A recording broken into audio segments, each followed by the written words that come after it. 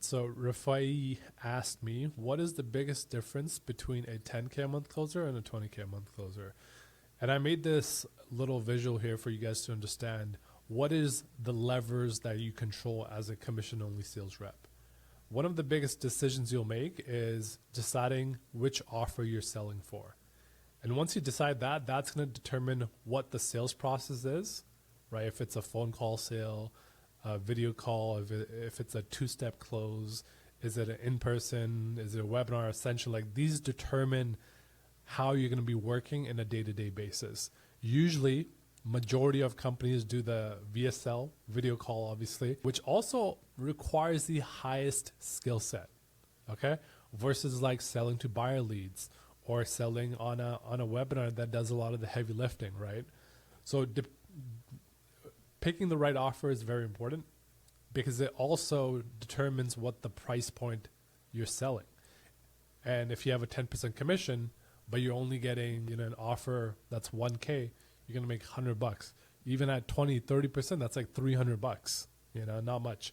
So once you select the right offer and it's a price point that, you're happy with, it's a sales process that you're confident with, now the daily levers that you control determine how much money you make. And these are the things that top closers understand, right? Before you get to skill set, which is what everyone likes to focus on, right? They like to focus on objection handling. They like to watch all these videos and say like, hey, I can objection handle all the Loom videos I watched. That, I can objection handle this. I can objection handle that.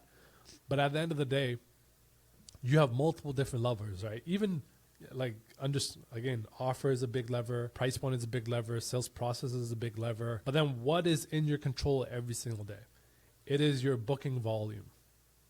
So if I take more calls, even at whatever my close rate is, if I just take more calls, I will make more money, right? And the reason I'm telling you guys this is so that you stop optimizing for the lowest leverage improvement, okay? The way that I scale sales teams is I look at what is the 80-20. What is the easiest thing that I can do that's going to give me the highest lift, the highest ROI? And then I'm going to focus on that. And then I'll keep doing that until the entire funnel, entire company is fully optimized. Now I'm doing the highest now I'm doing the lowest leverage activity to give me inches at that point. But most of you guys focus on the lowest leverage activity before you guys even do all these other things. So booking volume, how can I increase my volume of bookings? You can do outreach. Like the reason, if you understand how a CRM works, if you understand smart lists, if you understand automations, if you hire your own setter, if you can hunt for leads in the CRM that other closers are dropping the ball on, immediately you can get more bookings. If you're just sitting on your butt complaining about, how do I get more calls? My offer is low because my booking volume isn't there. There's leads in the system that if you spend the time to learn and understand and don't rely on your manager to do these things, then your volume will increase. And the volume increases, your take-home commission will increase, okay? Speed to lead. How do you build setter relations, right? A lot of people treat their setters like like slaves in a way, where they don't value them like a VA. But if you understand that, hey, this person is the thing, are the people behind giving me more volume, hunting for me, building that relationship, keeping the energy, getting them driven to drive me more leads, then I'm going to build that setter relationship. I'm going to build it with the hungriest setter, the most committed setter, the most driven setter, and build this push and pull so that he gets better because I'm getting better leads and he's making more money. And then the vice versa is I'm maybe giving him more feedback on how to become a better setter so that he improves as a setter. He makes more money and I get more money as well. And then the company does better because now he's making money, you're making more money. The CRM is getting, rinse of more capital that's just sitting on the table. And this offer ultimately starts doing better because you're focusing on different levers. That's what it means to be like a salesperson.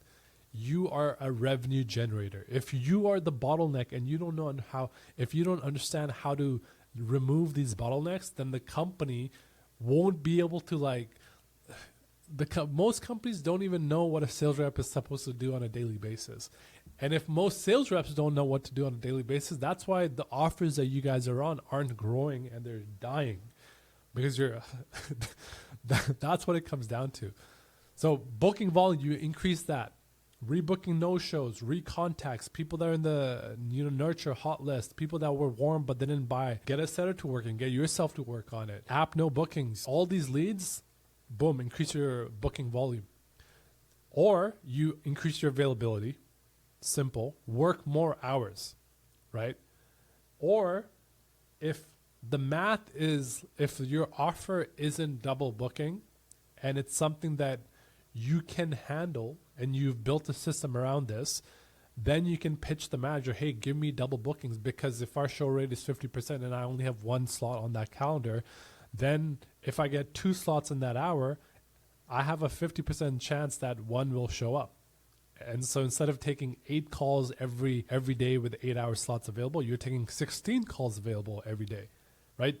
So those things also matter. That alone will increase your commissions.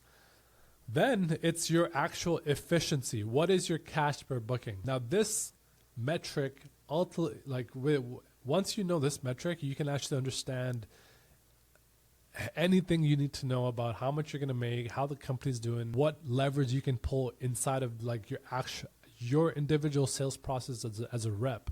So cash per booking is a blended metric that gives me a cash per booking. How much cash do you bring in per booking that you receive? For example, if you have 100 bookings on your calendar and at the end of the month you bring $100,000 in cash, I'm gonna still use the math. 100 bookings, what is it? 100,000 divided by 100, right? That's $1,000 cash per booking. Very simple. Then you're like, okay, if the company knows what their cost per booking is to put bookings on your calendar, they might be like $200 cost per booking, $500 cost per booking. That determines how profitable you are per booking on the calendar. And what you then have to manage is, what is the show rate on these calls, what is your close rate, and what is your average order value. Most people only focus on close rate, right? And that's one of the lowest levers that you can pull, and also the most challenging thing if you've already refined your skill, right? But show rate, it's a systematic thing, right? If your show rate is 40% and you bump it up to 60%, that's a 50% lift, because you're going from 40, half of 40 is 20. You're adding a 20%, which is 50%, right? You're getting to 60%. Versus if you tried to get a 50% lift on your close rate, it's going to be very, very hard for you to do. So that's why when managers say, hey, do speed to lead, that's why they want you to do that. They want you to call these leads immediately. You should want to call these leads immediately, right? Your show rate increases, your volume of live calls increase. Cool. So then your show rate increases, right? Whatever you can do, whether it's personalized videos, pre-call messages, speed to lead, getting a setter to triage your call, like all these, whatever the leverage you can pull for show rate, that will be your, this is easier to accomplish than increasing the close rate. Okay, so you should focus on show rates. There should be, Instagram coaches on how to increase your show rate. And if you do that, you'll make more money. Like, simplest thing. You don't have to be any more skilled, you'll make more money. Then it's close rate, sure.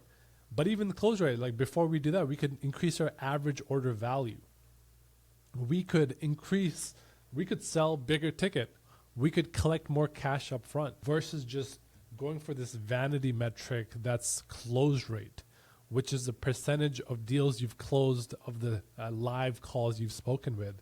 And if you're selling the lowest AOV, but your close rate is the highest, oh yeah, I have a 57% close rate selling a $400 product. Bro, no one cares about your silly close rate. Okay? So sell the highest tier packages that you can and have the highest show rate that you can possibly get. And then you can focus on increasing your close rate. And that comes down to skill, right? And this skill of how to increase your close rate, you got to understand the game of sales. You got to understand who is the avatar you're speaking with. What is their biggest pain points? You have to be like, one of my biggest pet peeves is salespeople acting like anything other than being salespeople. Your job is to close deals. Your job is to not talk about anything marketing, product, fulfillment related, but it is to purely focus on how do I get this lead to buy the product or service I'm selling. If you just spent your energy doing that, you would make way more money. That's what professional salespeople do. They don't complain about anything. They just focus on how do I make the most money with the opportunity that I've been given, the opportunity that I have, and the levers that I control. Okay? So now skill is understanding who the heck it is that you're selling. What is the avatar? What are their pain points? What is their personal experience? What are all the barriers that they hold in their mind? What are all the resistance points that they understand? What are all the things that they've tried? What are all the things that they're sacrificing by not achieving these things? And then you have a human conversation, something that they feel like, oh, this person genuinely understands me. Like this video that you're watching, there's no script, there's no agenda, there's no nothing. I'm just dropping straight value for you guys. And this is the tone that I have because I'm teaching you guys something right now. But, obviously it's not going to be the same tone if I'm trying to speak with a client and get them to understand, hey, this is why we're at this certain point. But anyways, understanding who you're selling to, why you're selling, what it does for them, understanding that person will ultimately determine how well you sell. But if you don't understand that prospect's perspective, then you'll never be able to sell them something. Like the connection won't happen. There won't be a belief. There won't be like a belief shift happening because you don't even know what the person's thinking. You don't even understand their problems or their pain points. You can't even step into their shoes. That's why so many people sell BizOp, which is like it's one of the easier things to sell, especially if you're selling like a 5K BizOp. But if you go into selling 25K packages, or if you go into selling fitness, or you go into selling B2B, it's going to be a different type of sale. And if you can't understand that, like you're then limited to a very small scope of the opportunity, which is coming back to like the point that I was trying to say. Sales rep becoming sales rep. Like right now, there's so many princesses. They just want to care about, I want to have the perfect offer. I want to jump on the $1 million offer. I want to get warm leads given to me. I want to make sure your guys' fulfillment and show rate is good, blah, blah. Like, bro, you're commission only sales rep, and your job is to close deals. Focus on that.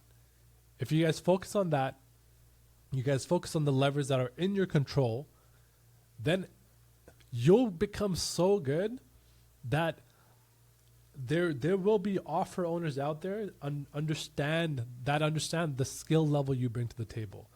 The reps that have been with me for like 4 or 5 years, that I've been paying them 20, 30, 40K a month consistently, I bring them on a offer that's doing zero. It's a startup offer. And I let them know, hey, you crush this, you'll be able to lead the team, you'll get a rev share, you'll make a lot of money. And I'm willing to pay that rep good money because I know that a really good rep can make the offer 10 times better. And then that rep that becomes a team lead, team manager, whatever, the reps that he brings on, because he has the highest standard for himself, will also uphold that standard when hiring other reps. Anyways, that's the difference between a 10K a month and a 20K a month commission closer. Sales on Cal. Peace.